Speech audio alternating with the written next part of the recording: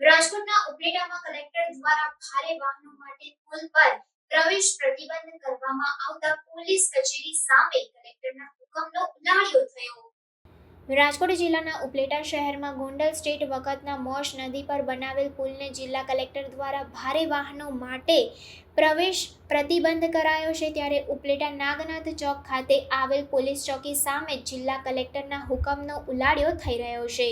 રાજકોટના ઉપલેટા મોશ નદીમાં ગોંડલ સ્ટેટના મહારાજા સાહેબ ભગવતીજી વખતનો બનાવેલો મોશ નદીનો પુલ જે રાજાશાહી પુલ છે તે પુલમાં ચકાસણી કર્યા બાદ રિપોર્ટ આવ્યો હતો અને આ રિપોર્ટ આવ્યા બાદ રાજકોટ જિલ્લા કલેક્ટર દ્વારા આ પુલ પરથી ભારે વાહનોને પ્રવેશ ન કરવા અંગેનો પ્રતિબંધ કરતો હુકમ ગત 20 માર્ચ 2024માં કરવામાં આવ્યો છે। ત્યારે આ પ્રતિબંધનો અમલ ન થતો હોય તેવા દ્રશ્યો સામે આવ્યા છે, જેમાં ઉપલેટા શહેરના પુલ પરથી પ્રવેશ પ્રતિબંધ શરૂ કરાયો છે। આ પ્રવેશ પ્રતિબંધ શરૂ થયો ત્યાં પોલીસ ચોકી આવેલી છે અને આ જ પોલીસ ચોકી સામે જિલ્લા કલેક્ટરના હુકમનો સરા જાહેર ભંગ થઈ રહ્યો છે। આ હુકમનું પાલન કરાવવા માટે અને પ્રતિબંધ અંગેની કડક અમલવારી કરાવવા માટે જવાબદાર તંત્રના કોઈ પણ અધિકારીઓ કે કર્મચારીઓ જાહેરનામું અમલમાં આવ્યું છે ત્યારથી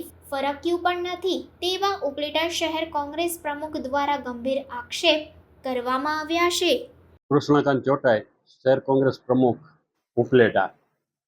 ઉપલેટામાં રાજાશાહી વખતનો સ્ટેટનો એક હેરિટેજ પુલ મોજ નદીના કાંઠા મોજ નદી ઉપર આવેલો છે।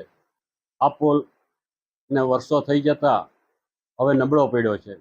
ત્યારે રાજકોટ જિલ્લા કલેક્ટરે ગત તારીખ 20/3/2024ના રોજ એક જાહેરનામું બહાર પાડી આ પુલ ઉપરથી ભારે વાહનો ઉપર પ્રતિબંધ ફરમાવેલ છે અને માર્ગ અને મકાન વિભાગ દ્વારા આ પુલની બંને સાઈડમાં એંગલો મૂકી અને ભારે વાહનોને જતા અટકાવવાના પ્રયત્નો કરેલ છે। પણ કોઈ પણ અધિકારી હુકમ કરી દે, જાહેરનામા બહાર પાડી દે, પછી એની અમલવારી કરવાની જવાબદારી કેની? કલેક્ટરે જે હુકમ કરેલ છે ઉપલેટાના પુલ ઉપરથી ભારે વાહનો માટે પ્રતિબંધ ફરકાવેલો છે, તેની જવાબદારી કેની? મામલતદારની, ચીફ ઓફિસરની કે પોલીસની?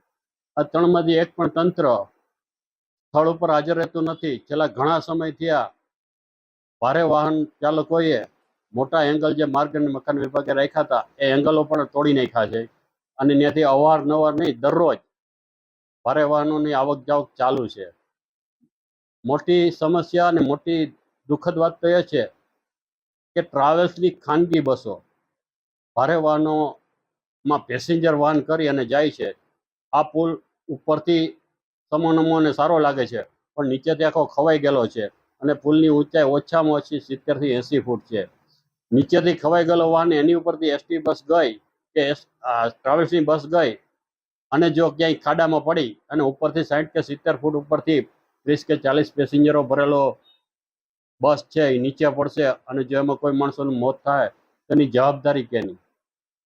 અધિકારીઓ કોઈ જાતની કાર્યવાહી કરતા નથી। ત્યારે હું ઉપલેટા શહેર કોંગ્રેસ વતી કલેક્ટરશ્રીને વિનંતી કરું છું, તમારા જાહેરનામાની લાજ રાખવા માટે તમે ખુદ મેદાનમાં આવો અને અધિકારીઓને કહો કે આ જાહેરનામાનો ભંગ કરતા અટકાવે।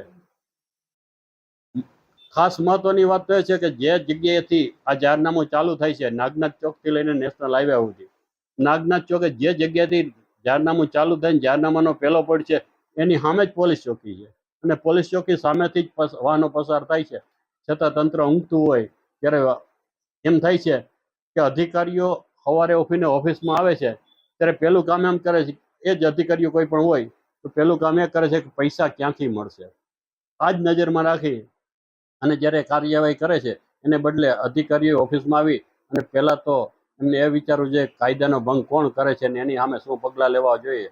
આવી જ્યારે માનસિકતા અધિકારીમાં આવશે ને ત્યારે જ લોકોને સાચી સગવડતા મળશે।